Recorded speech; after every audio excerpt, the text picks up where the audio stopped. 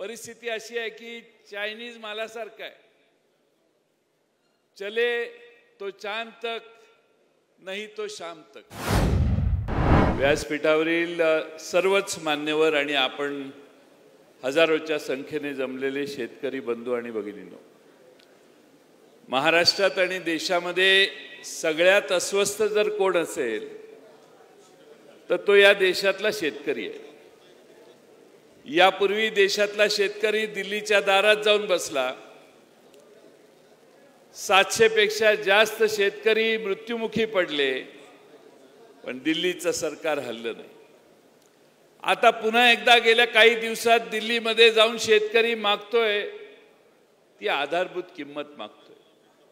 आमच्या मालाला आधारभूत किंमत द्या, काहीतरी व्यवस्था अशी करा। तुम्ही आम्हाला ज्या गॅरंट्या नको होत्या त्या गॅरंट्या द्यायला लागलायत, पण आम्हाला जी आधारभूत किमतीची गॅरंटी पाहिजे होती तीच तुम्ही देत नाही। म्हणून सगळा भारतातला शेतकऱ्यांचा प्रतिनिधी दिल्लीत जाऊन आज बसलेला आहे।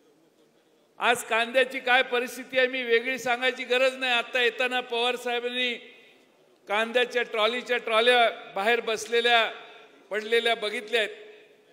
आज कांद्याला भाव नाही। काल 1500, 1200, 1400, 1700 या दरम्यान कांदा खाली आला। निर्यात बंदी उठवण्याची दानत या सरकारची नाही।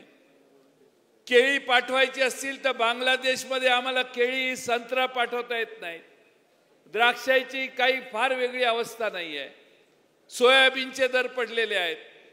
आज या देशामध्ये कापसाचे दर देखील पडलेले आहेत। सत्तेवर येण्याच्या आधी जे कापसाला 10,000 रुपये मागत होते, सोयाबीनला 6,000 रुपये मागत होते, ती लोक आता काहीच बोलायला तयार नाही। आणि म्हणून मित्रांनो, शेतकऱ्यांनी या देशातल्या संघटित झालं पाहिजे आणि आपल्या मनासारखं राज्य आणलं पाहिजे। आपल्याला गॅरंटी पाहिजे ती आपल्या आधारभूत किमतीची गॅरंटी पाहिजे। अलीकडे गॅरंट्या द्यायला चालू झाल्या, ते गॅरंट्याचा परिस्थिती अशी आहे की चायनीज मालासारखं आहे, चले तो चांद तक नहीं तो शाम तक। गॅरंटी चालली तर संध्याकाळपर्यंतच संपेल।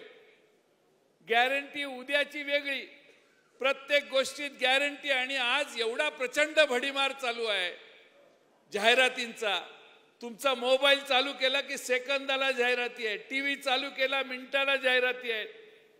राहुल गांधी या देशात एवढी मोठी पदयात्रा काढली, आज तुमच्याकडं या भारत जोडो न्याय यात्रेच्या रूपाने आले, पण टीव्हीवर कुठे दिसणार नाही, मोबाईलवर कुठे दिसणार नाही। कारण या देशामध्ये तुमच्यापर्यंत काय पोचवायचं याचा निकाल झालेला आहे। जे सोयीचं आहे तेच तुमच्यापर्यंत ऐकू येतं, तुमच्या डोळ्यांना दिसतं। जे गैरसोयीचं आहे ते तुमच्यापर्यंत पोचून द्यायचं नाही। आणि पुन्हा एकदा लोकसभेच्या निवडणुका करायच्या अशी मानसिकता आहे। आणि म्हणून आपल्या महाराष्ट्रातल्या आणि देशातल्या शेतकऱ्यांनी, सामान्य माणसांनी जागृत झालं पाहिजे। दिसतं तसं नसतं ही मराठी म्हण आहे, ती कायम लक्षात ठेवा। आज जे तुम्हाला टीव्हीवर दिसतं, देशात दिसायला लागले, वर्तमानपत्रात त्यांना जे सोयीचं आहे तेच तुमच्यापर्यंत येतं, तशी परिस्थिती नाही। घराघरामध्ये बेकारी आहे, घराघरामध्ये महागाई आहे, घराघरामध्ये आपल्या शेतीमालाच्या दराचा प्रश्न आहे।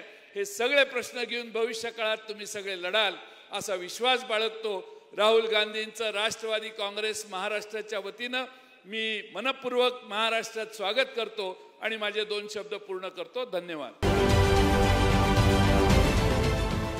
देश विदेशातील प्रत्येक घडामोडींचे लाईव्ह अपडेट मिळवण्यासाठी आता साम टीव्हीच्या सर्व सोशल मीडिया प्लॅटफॉर्मला लाईक, फॉलो आणि सबस्क्राईब करा। तसंच सर्व नोटिफिकेशनसाठी बेल आयकॉन प्रेस करायला विसरू नका।